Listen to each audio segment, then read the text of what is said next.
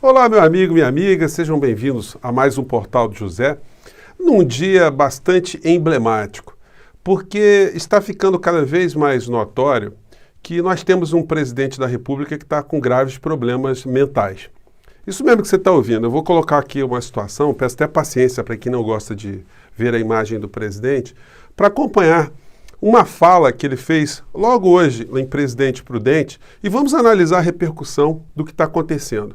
Ou o presidente tem que ser internado imediatamente, ou as instituições precisam de fato colocar o impeachment em marcha, porque senão a gente não sabe o que vai acontecer aqui no nosso país. Nós estivemos diante hoje de uma performance pública do presidente e uma declaração, um conjunto de declarações extremamente preocupantes. Eu, como cidadão brasileiro, eu quero saber o que está acontecendo. E as instituições, que são as instituições da nossa República, têm o dever de fazer alguma coisa. A gente vai falar disso aqui no nosso papo de agora. Se você está conhecendo o nosso espaço agora, seja bem-vindo. Se inscreva aqui conosco, mande seus comentários. Eu quero saber a sua opinião ao final aqui do que a gente vai conversar hoje aqui no nosso portal, tá bom? Se gostar dos nossos vídeos, compartilhe e dê o joinha, porque é muito importante também. Gente, o Bolsonaro, provavelmente, ele está ficando cada vez mais perturbado com as coisas que estão acontecendo no seu entorno. A gente vai vendo esse tipo de cobertura jornalística em todos os jornais, estão falando nessa mesma linha, né? Ministro do TSE e do STF consideram live patética. Todo mundo viu ali que foi uma performance altamente deplorável do presidente da República. Os colunistas vão falando, para cima e para baixo também. A senha dos golpistas. Live com mentiras, teve gabinete do ódio no bastidor e parceiro misterioso. A coisa está absolutamente ridicularizada. Uma acupunturista de árvore foi chamado para essa live do Bolsonaro e o cara acabou não indo porque ele sentiu a roubada, como é que ele ia ficar manchado pro resto da sua vida, né? Enfim, mas o Bolsonaro insistiu em dizer que o sistema brasileiro é um sistema absolutamente fraudável e será fraudado mais à frente, mais uma vez, segundo ele.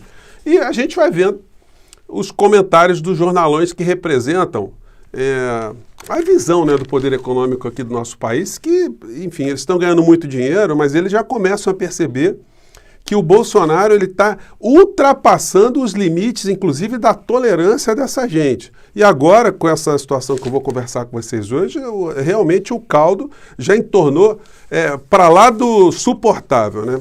Mais um editorial aqui chamando o Bolsonaro de o embusteiro, né? O editorial aqui da Folha de São Paulo.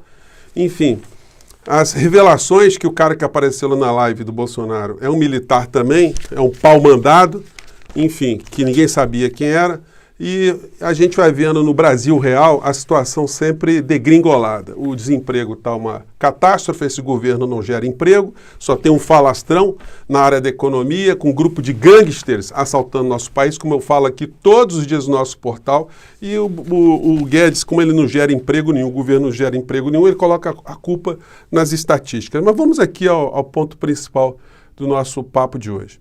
Gente, eu sempre acompanho, né, os passos do presidente da República, enfim, e hoje ele foi lá em Presidente Prudente para uma cerimônia que seria para uma visita ao Hospital do Câncer, mas aí ele fez também a sua infame motociata. Muitas pessoas entram aqui no nosso portal, eu queria até que elas tivessem a percepção do que está acontecendo de fato, as pessoas que ainda são simpáticas ao governo Bolsonaro. E muitas imaginam que estão insultando quem está fazendo esse tipo de espaço aqui como o nosso, né? Dizendo assim, chora, aceita que dói menos. Essas pessoas, elas não percebem que elas estão no mesmo barco que nós estamos. Nós todos somos irmãos brasileiros, embora tenhamos percepções diferentes da realidade. Na verdade, todo mundo quer mudança. Só que mudança para melhor. E quem está hoje à frente do nosso país, que poderia ser portador de mudança, está fazendo mudanças para o retrocesso, para dividir a nação. Então, eu quero só lembrar para vocês que ficam pedindo, ficam sugerindo que a gente chore, que a gente aceite, enfim, acham que estão num país diferente.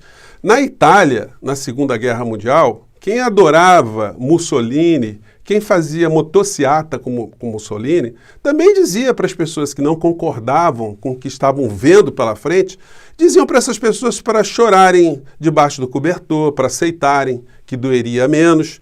E, enfim, o fim de Mussolini foi pendurado de cabeça para baixo, totalmente trucidado.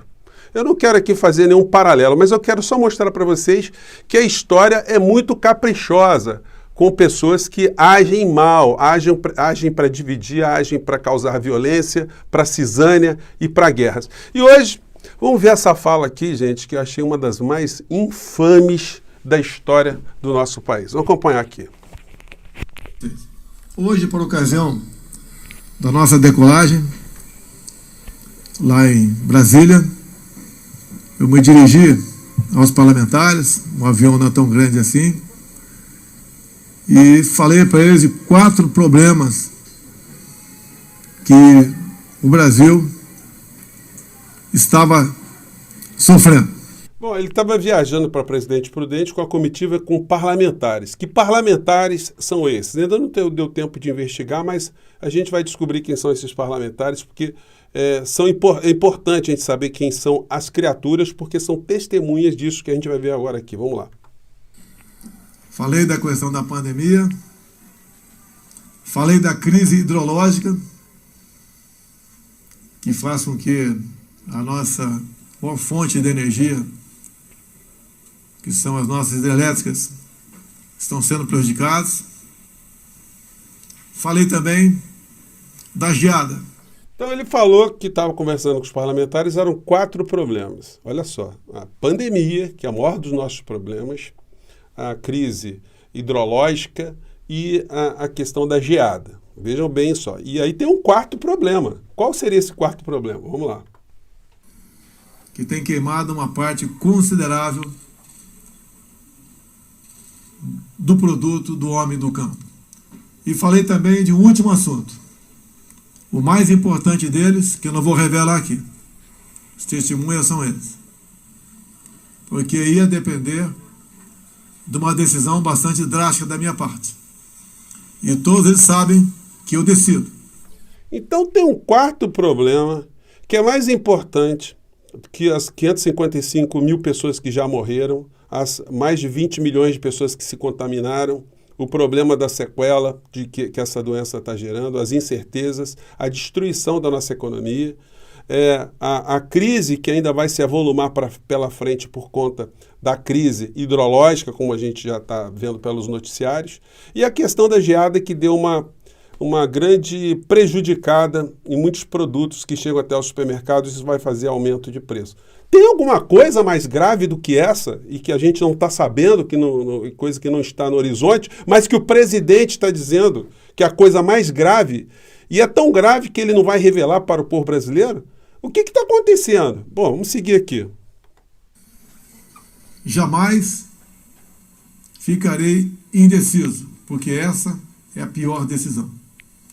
E naquele momento, nos acompanha também um cristão fervoroso, o bispo JB. Pedi que ele fizesse uma oração. O avião estava taxiando, na iminência de decolar, quando ele terminou a sua oração pedindo por todos nós.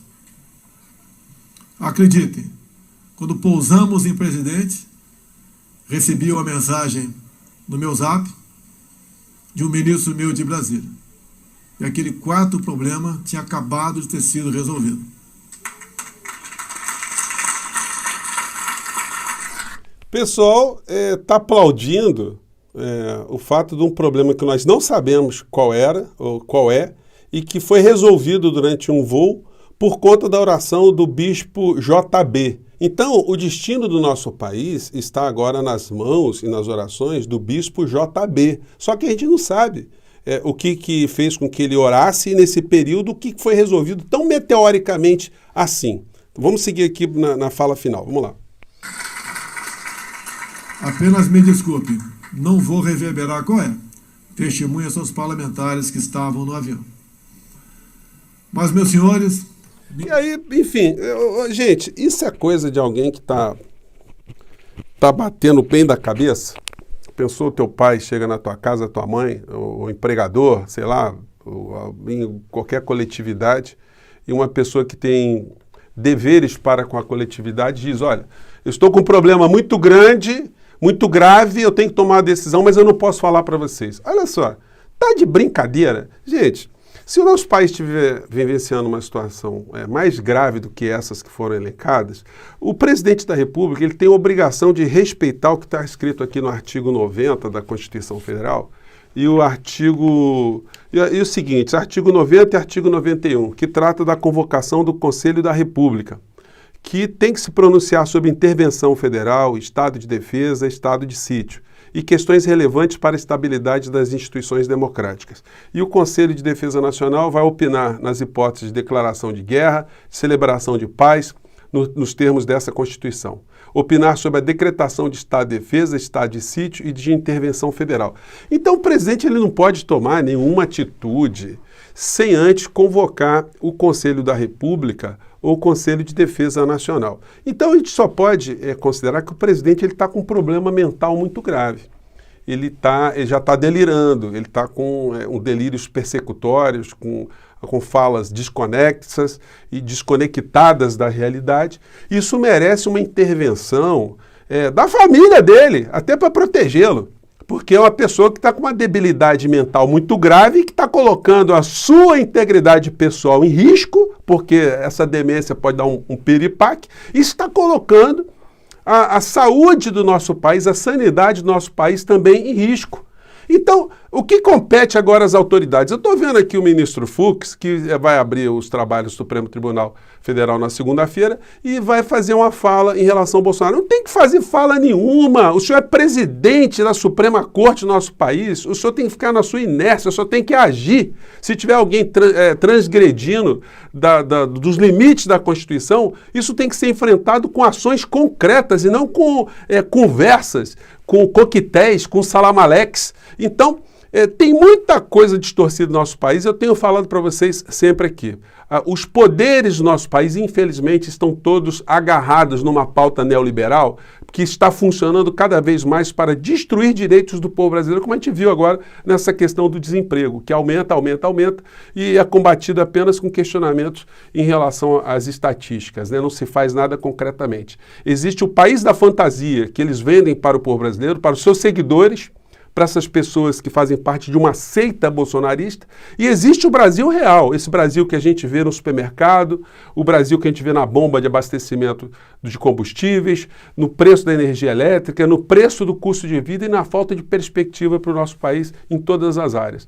Então, é necessário que alguma coisa seja feita até para preservar a nossa integridade mental, porque nós estamos tendo uma pessoa que está ameaçando a nossa democracia, ameaçando o sistema republicano aqui do nosso país. Será que as pessoas que bancam o Bolsonaro, o poder econômico, eles não têm nenhum pingo de pudor de estarem coniventes com esse tipo de comportamento? Inclusive os grandes veículos de comunicação que deveriam estar repercutindo essa fala criminosa, essa fala golpista, essa fala alucinada, essa fala totalmente irresponsável, essa fala terrorista do presidente da República. Isso tinha que ser reverberado para o povo. O povo tem direito de saber o que fato tão mais grave do que a pandemia está acontecendo, que dependia de uma decisão do presidente da República e que ele não precisou tomar, e que tem deputado que está testemunhando esse tipo de situação, e o Brasil está nas mãos agora do JB, na oração do JB. Gente, é preciso que as pessoas reverberem essas coisas. Nós estamos sendo conduzidos por um louco, por um psicopata. Isso não é presidente da República. E eu, como cidadão, tenho o direito de fazer esse tipo de crítica, e vocês também têm o direito de conversar com as outras pessoas para chamarem a atenção do que está acontecendo. Virou uma palhaçada, nós estamos num grande hospício. O presidente da República fala maluquice e ainda é aplaudido por esse tipo de pessoas que a gente viu nesse tipo de cerimônia. É necessário a gente chamar a atenção dos nossos irmãos, das pessoas que estão do nosso lado. Gente, não é brincadeira, nós estamos sendo governados por alguém que está com problema mental. Isso que eu estou falando para vocês, por incrível que pareça, não é crime, eu estou atestando aqui fatos que a gente está vendo. Se houvesse até uma ação judicial, seria até interessante, né? Para eu perguntar, vem cá, vocês estão de sacanagem, esse troço aqui não vale não? O presidente, ele pode me amedrontar, ele pode tirar minha paz de espírito, a paz de espírito das pessoas, a tranquilidade, aterrorizar o povo brasileiro com coisas que a gente não sabe o que estão acontecendo? Francamente, né? Gente, Desculpem aqui o desabafo, mas o nosso espaço é para esse tipo de provocação. É necessário que o nosso papo aqui chegue às autoridades, aos parlamentares, senadores, aos veículos de comunicação, aos magistrados, às pessoas que têm responsabilidade no nosso país, porque, gente, não dá mais. Nós estamos sendo conduzidos de uma forma psicopática. O Brasil virou chacota, o Brasil virou uma coisa em decomposição. Nós estamos com uma metástase governamental. Então, gente, eu fico por aqui, desculpe mais uma vez o desabafo, mas, enfim, eu criei esse espaço, foi para poder me comunicar com vocês e poder cada vez mais trazer pessoas para entender o que está acontecendo no nosso país, né? Fico por aqui, um grande abraço e amanhã, com certeza, vamos ter mais. Tchau.